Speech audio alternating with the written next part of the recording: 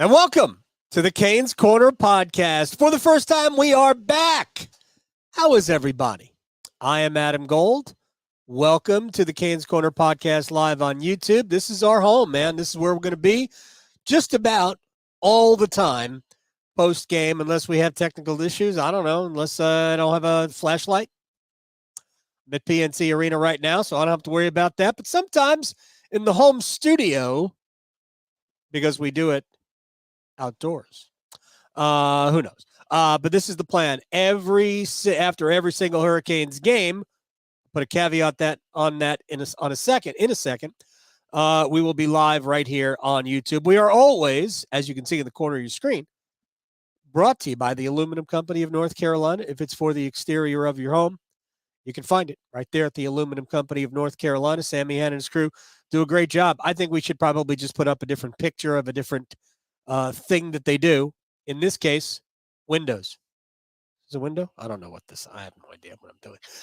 Anyway, aluminumcompany.com online for a free no obligation estimate. Let's get right to it. But before we do that, I just want to give you a little bit of a schedule of what's coming up here on the Canes Corner podcast over the next 3 weeks from tomorrow is the home opener against the Vladimir Tarasenko Senators. We will not be doing a Canes Corner podcast tomorrow night. Okay, so after tomorrow's game, there will be no Canes Corner podcast. Apologies in advance. But there will be podcasts after the two games against Nashville. So we'll just do this tonight. But in between, there will be terrestrial podcasts sent out through the normal podcast machine, not on YouTube. And those will feature some conversations with Brett Pesce, Jordan Stahl, the head coach, things like that. Tony DeAngelo, I caught up with some of my friends. Kidding. At the first day of training camp. So we'll have those coming up between tonight and I know we'll put Pesce out, and I'll probably have some other conversations.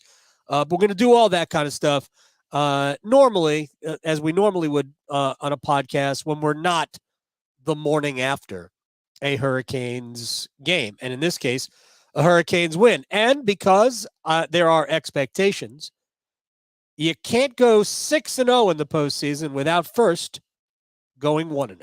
And that's what the Hurricanes did tonight.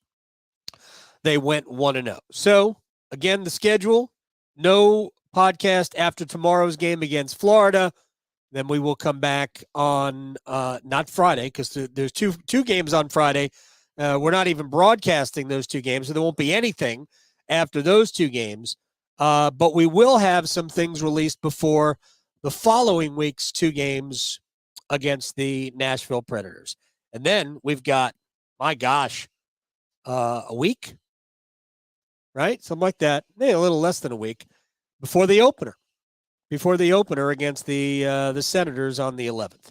All right, let's get right to some thoughts on game number one. And by the way, the plan, 25 minutes here, because it is a goofy preseason game. 5-2 was the final, in case you weren't paying attention. And it was one of those games that really the head coach hates. I mean, he likes because he gets to see some guys play, and he got a chance to see some young players and maybe a little bit of a glimpse of the future of at least one, maybe two guys.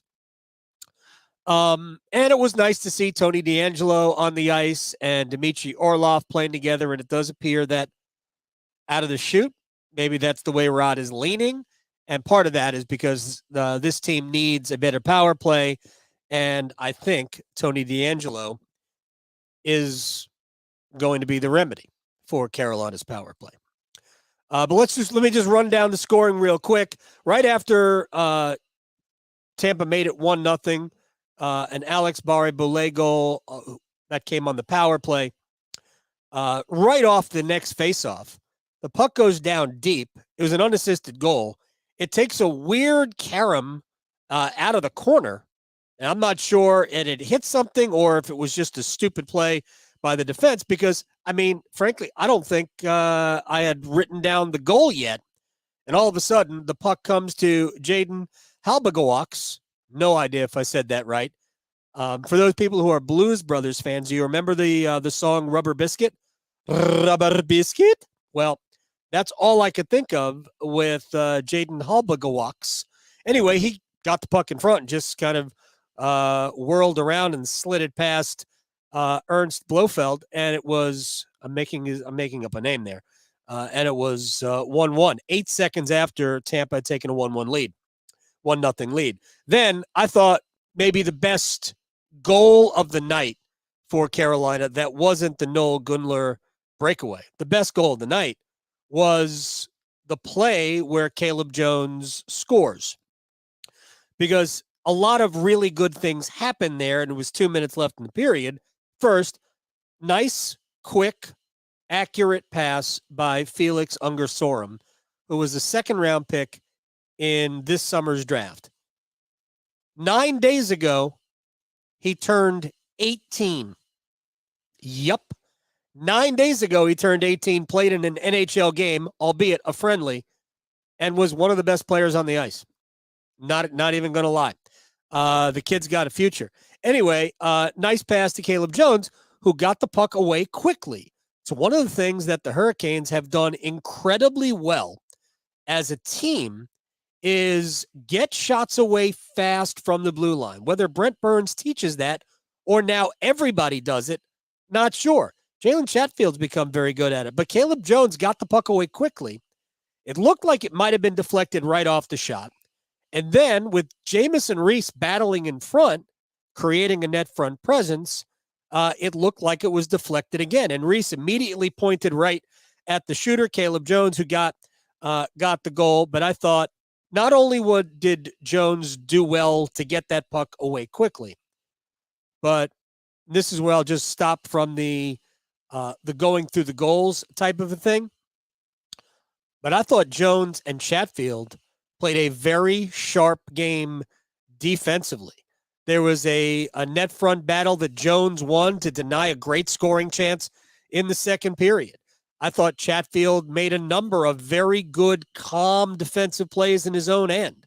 So I thought those guys worked very well together. And as it was pointed out to me by our friend Corey Lavalette from the Athletic and North State Journal, was that they didn't even practice together. They weren't in the same practice group.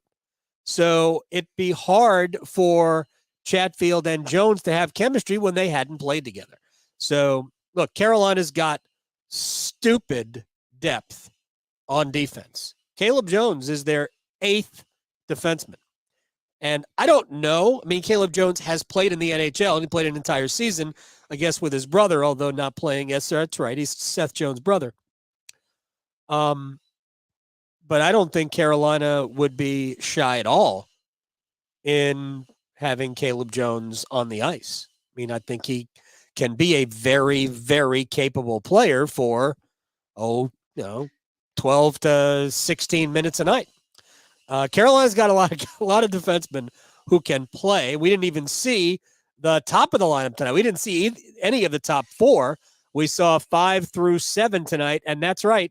Dmitry Orlov is number 5 on Carolina's hit list on defense. All right, back to the goals. Speaking of defensemen, Tony DeAngelo, in the quintessential Tony DeAngelo moment, it was a sloppy play in his own end.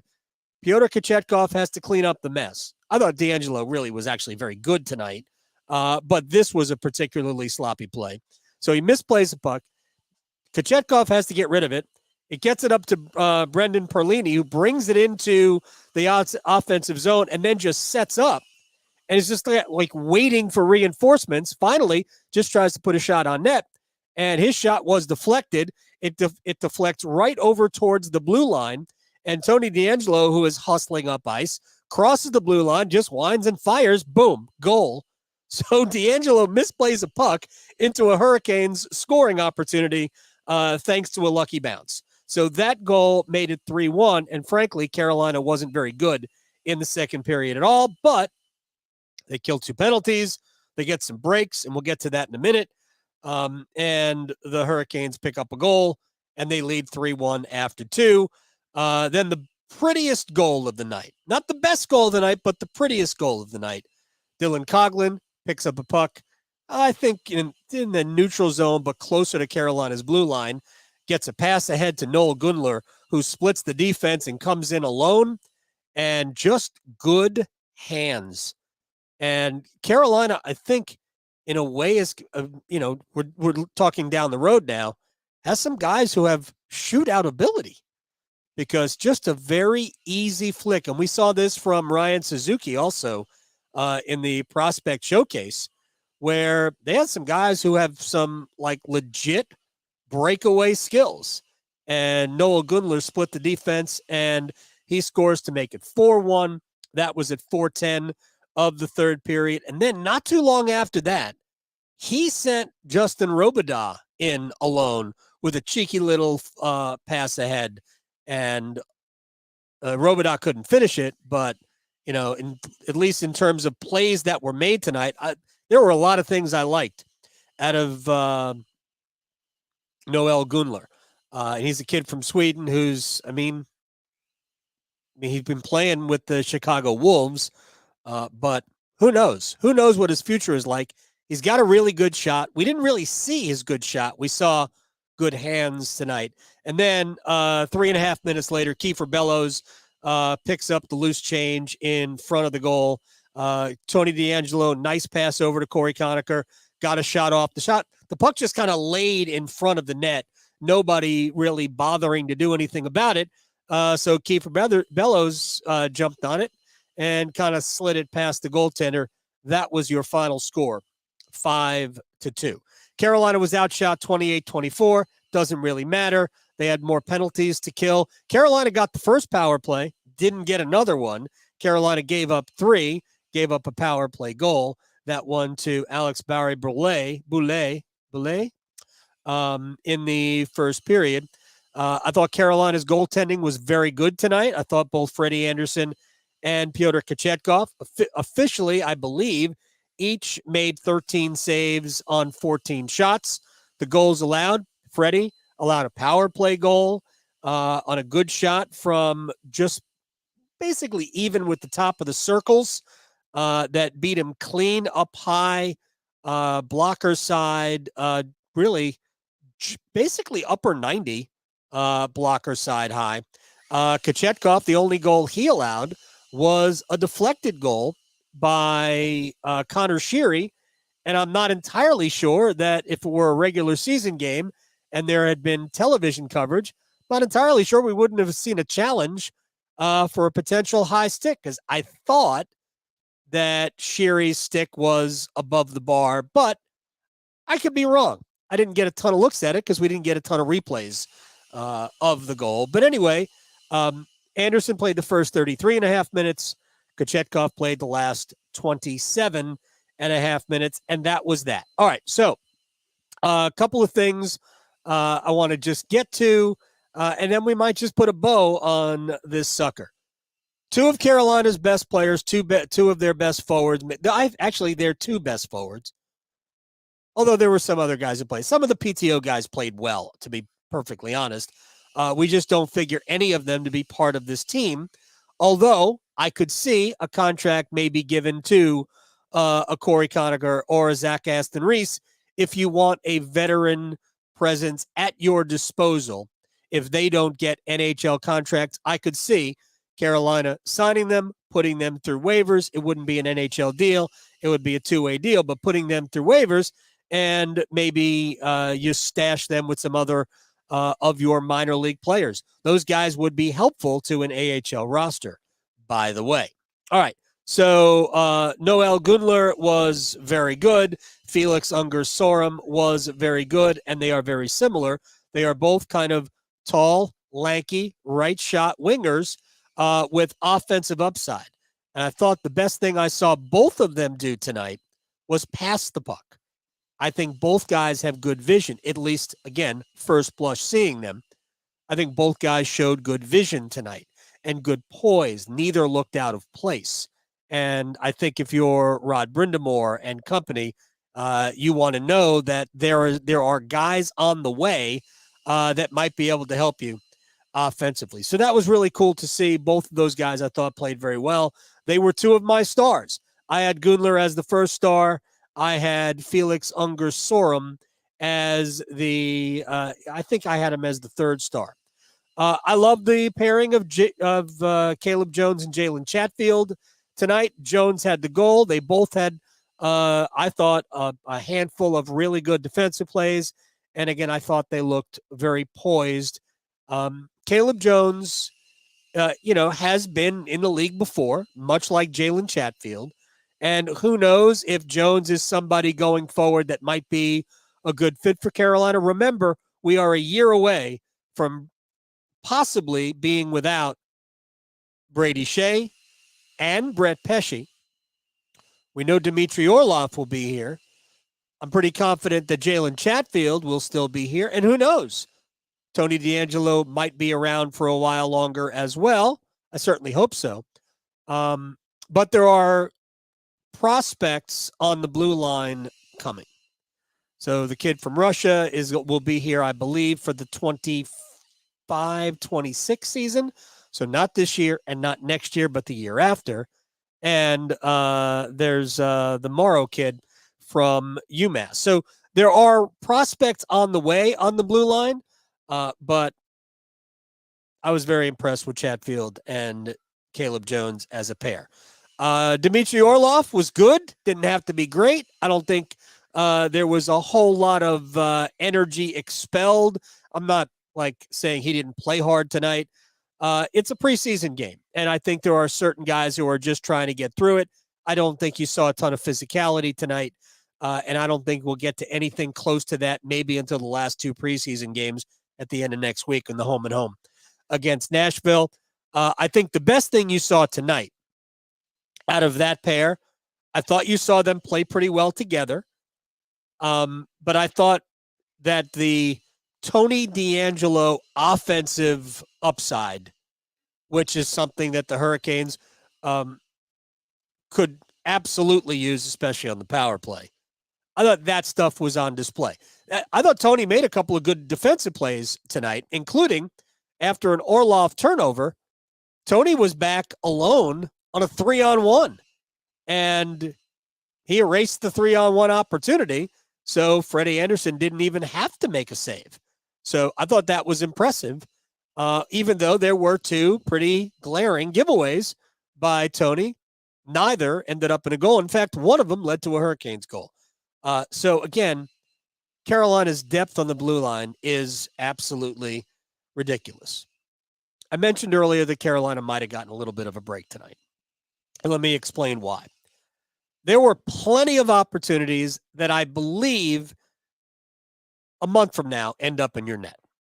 So Brandon Hagel had two absolute automatic goals. He had about 8 to 10 inches to work with near post on Freddie in the second period. And missed the net wide, short side. Then after Anderson stoned him in tight, there was another play in that period as well where Hagel, if he were just quicker, had half the net to shoot at, but he was a little bit too deliberate, and Carolina was able to recover and deny the opportunity. But Brandon Hagel probably should have had 2 or 3 goals tonight.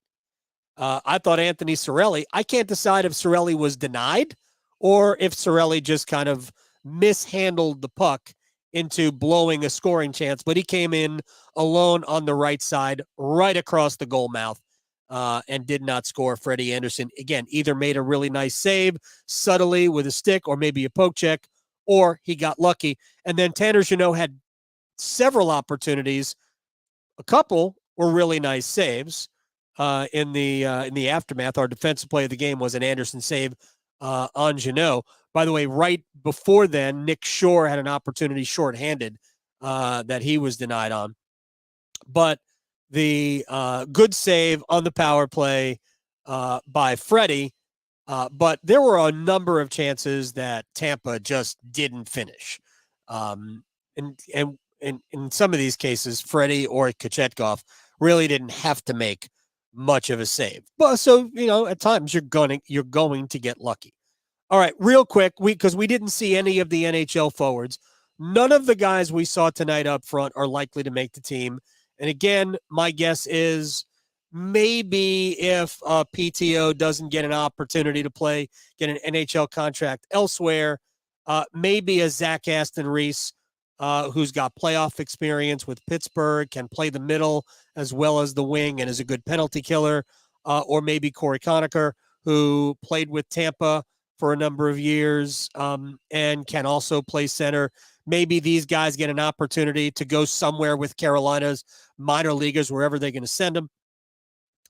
But for the most part, it's really a chance to not play your NHL forwards, still meet the NHL requirements of a certain amount of NHL players in your exhibition lineup, your friendly lineup.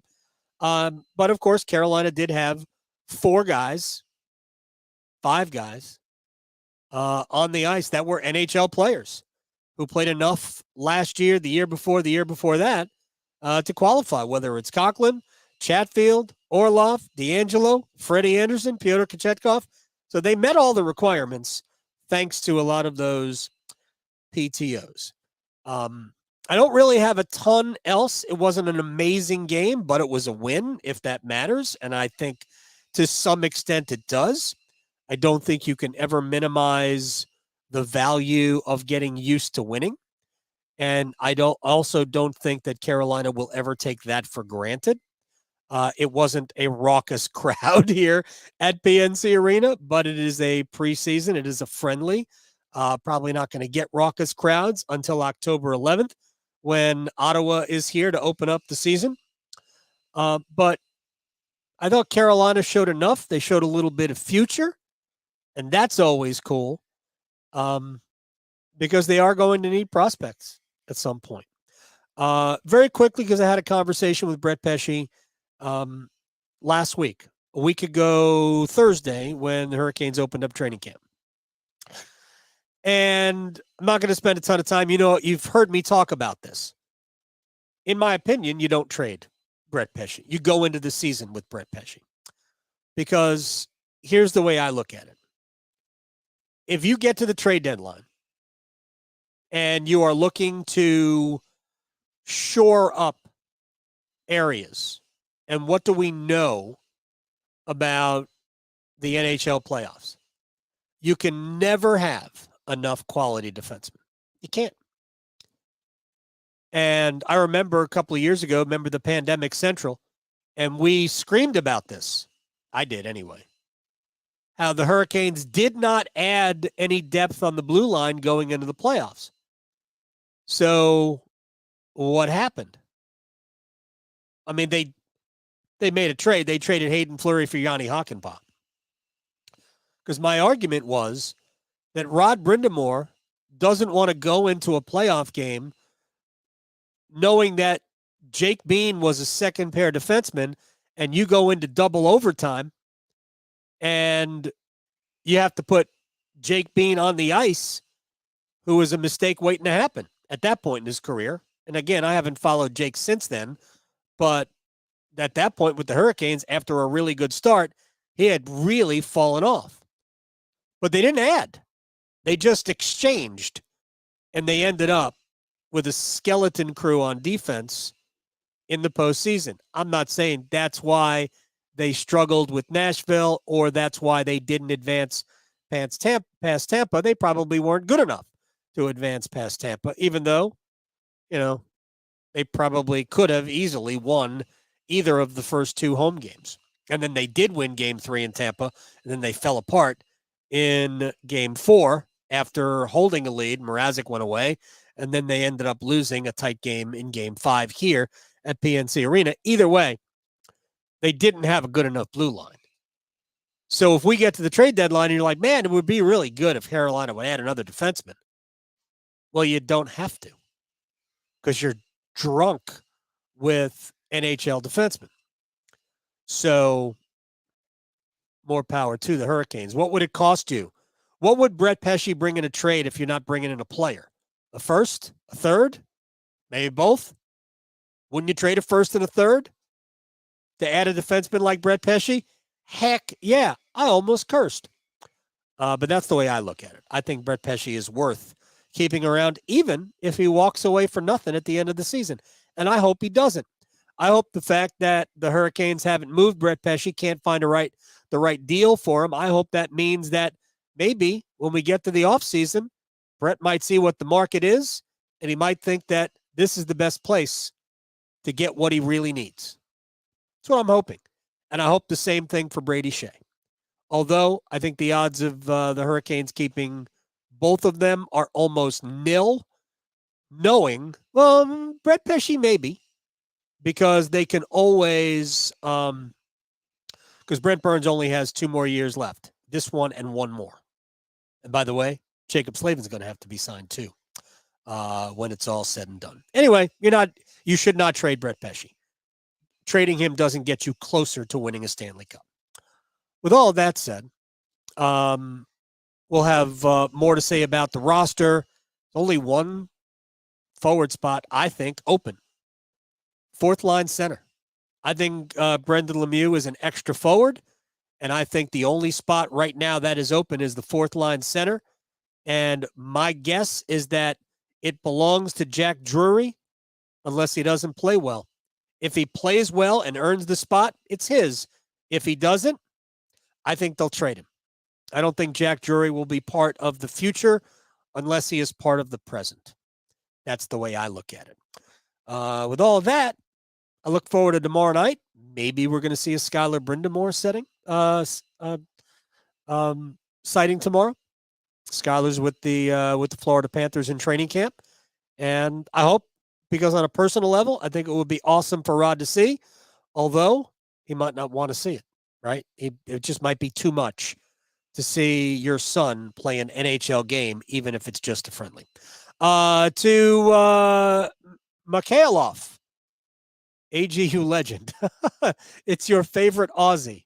Good to be back. It is. You are my favorite Aussie. How did you know that? I think there's somebody in Japan, too. I have a favorite person in Japan.